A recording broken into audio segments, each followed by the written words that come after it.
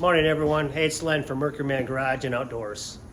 Well, as you can see, we're indoors today, standing close to the wood stove. It's getting colder out. Weather's taking a turn here in Michigan, and we got a winter storm warning going on right now. So we'll see what we get. But today we're gonna tackle bundle firewood again. I got to get some bundles made up. I got some customers that are pretty regular, I guess you'd say, and I need to be ready when they call. So let's get going on that. Well, as you all can see, the garage is a mess again.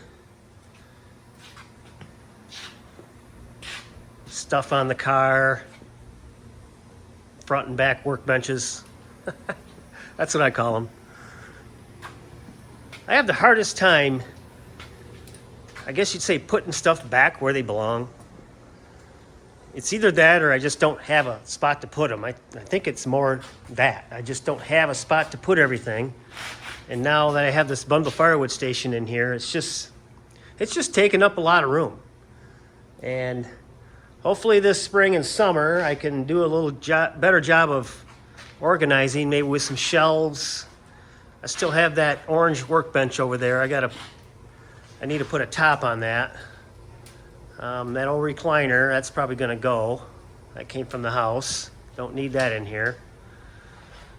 I don't do a lot of reclining in here, so that's gonna have to go. But anyway, here's my bundles, or my totes. I got a tote of maple and cherry in this one, tote of oak there, and cherry there, and then this is the most recent splits that I did, the ones where I'm trying to clean up the wood a little better. Then, say that tote of oak. I'm still going to use that. There's no rot on any of that wood. It's just, it's got bark on it. It's just kind of dirty. It sits out and gets sun bleached. The birds do their business on it and whatnot, but it's not clean, but it's still good seasoned wood that you can burn.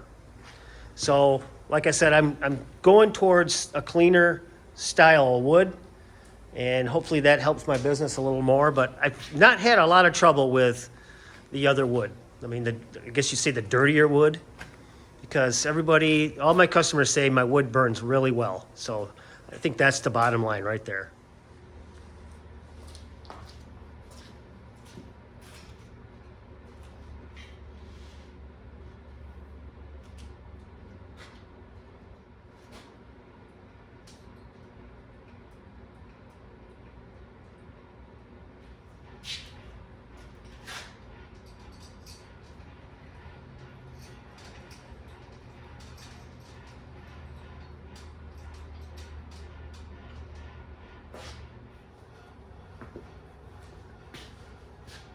All right, guys, well, the plan for today is I want to do 10 mixed bundles, oak, cherry, and maple, and then possibly 20 bundles of just cherry, because I have a potential customer, that could be a good one, that just wants cherry for cooking, and it's a local brewery in town here, so hopeful for that one pans out. That could be a nice little business for me. But yeah, I'm just going to get going, doing a mix, and then we're going to focus on just cherry. And I'm just going to talk with you as I go along here about bundles and doing cordwood, firewood, stacking, just any random thoughts that I might have about this whole process. I do have to move this. And there we go. As you saw earlier, I greased up the bundler, the wheels, my Amish bundler, and lubed the chain, so it's working really good now. But yeah, that's the plan for today. I talked earlier about trying to go more towards a cleaner looking wood. As you can see, this is maple, and the bark is off, but it's dark on the outside. To me, there's nothing wrong with that. Yeah, it don't look good. Probably not as most pleasing to the eye as a nice piece of stripped maple. But from what I've been experiencing over here and for my customers is they don't seem to care. My business is doing pretty good. I am trying to get a little better with the really ugly looking wood and steering away from that a little bit. But as far as, you know, the bark, like this cherry, I'm not stripping the bark off that for cooking wood. From what I've been told is the bark is just fine for use as cooking and definitely is fine for just firewood. Leave me a comment, guys, if you've heard otherwise with cherry. Is it better for cooking, is it better to strip all the bark off? Or just, is it okay to leave it on? Like I said, for now, I'm just leaving it on. But you guys out there are the experts. I'm just kind of starting out with this business, and you know, let me know in the comments, is it better to strip wood to make it look really, really good? Especially the cherry, is it better to strip it for cooking? That's my biggest question, I guess. But yeah, like I said, my customer base, as of, you know, December 2024, they're okay with the uglier looking wood. As long as it's seasoned and burns well, they seem to be okay with it. And that's kind of what I'm kind of steering towards, is a mixture, I guess you'd say. Something that looks a little better than what I've been producing, but I'm not going to go all out and take a lot of time and just have the perfect looking bundle firewood. I'd like to be able to do that. I just don't have the time or the equipment, mostly the time, to do something like that. Because, man, that just takes a long time to beautify bundle firewood. I like to call it beautify. Because, like I said, I've been having good success with the way my wood looks, and I'm going to stay that route. But I got a good mixture here. You know, wood like this with a little limb sticking off the side, I use that. You know, a lot of guys, you can kind of bury it in a bundle too. It's not going to work in that one, but you know, limb wood, it burns. You know, if it's dry and you know, doesn't look half bad, it'll burn. And it makes good starter wood, I guess you'd say. It's not trash, is what I'm trying to say. I think it's definitely usable.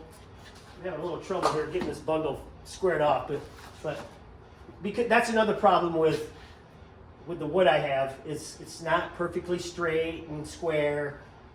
It's hard to get a square bundle to where, you know, it looks kind of square.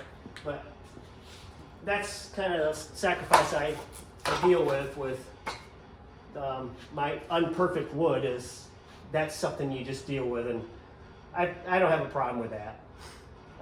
This is where I spend a lot of time with the bundling process to get those bundles just right so they fit in there nice. It's like a puzzle. You want them to be able to fit and stay tight when you wrap.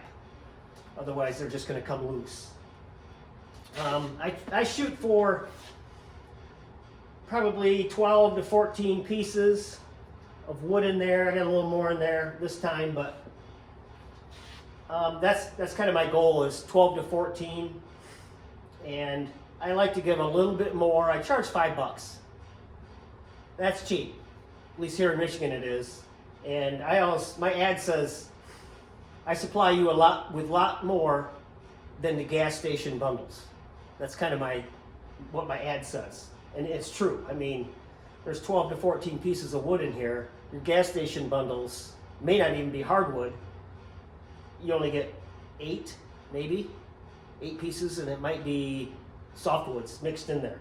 Mine's all hardwood, and it's just a good burning wood. And of course, you guys know about the Amish bundler, my thoughts on that. got a couple of videos out where I did my opinion, I guess you'd say, of an Amish bundler versus the motorized, the gas, the electric versions. I mean, this thing does a great job for a third of the cost of those motorized and powered ones. And nice tight bundle. It's not pretty, it's not perfect, but it burns, and that's the bottom line.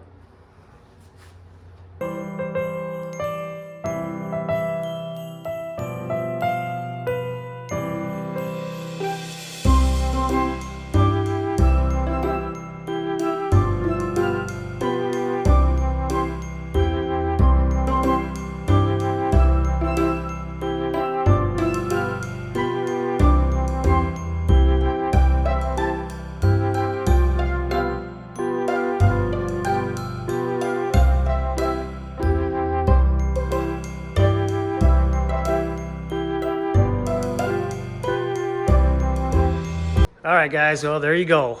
20 bundles of cherry with the Amish bundler. Man, I like that thing. That thing works great, and it's a good workout. So that's a good thing. So yes, we got 20 bundles of cherry. I got 20 bundles of mixed in the F250. And I have 5 bundles in my garage, so I should be set for a while. I got a stack here that's drying out. That's all oak. That's my premium pretty oak. Yeah. But we got some maple left. All the cherry is gone from that half of the tote. I got another tote of cherry back there and a tote of oak. So we're in good shape. And then once I empty out one of these totes, I'll go back to my new wood yard and load up again. So I think I got a pretty good process. Well, I guess it's as good as a process can be in an area that doubles as a shop, car maintenance, storage for tools, whatnot. So there's that. But anyway, hopefully you guys enjoyed this quick little video on my bundling strategy and how I'm trying to beautify the bundles. So we'll see how that works out. But anyway, guys, thanks a lot for watching. I really appreciate it. Please subscribe. It's free. No charge. I promise. Please like and leave a comment, guys. All right, have a good one.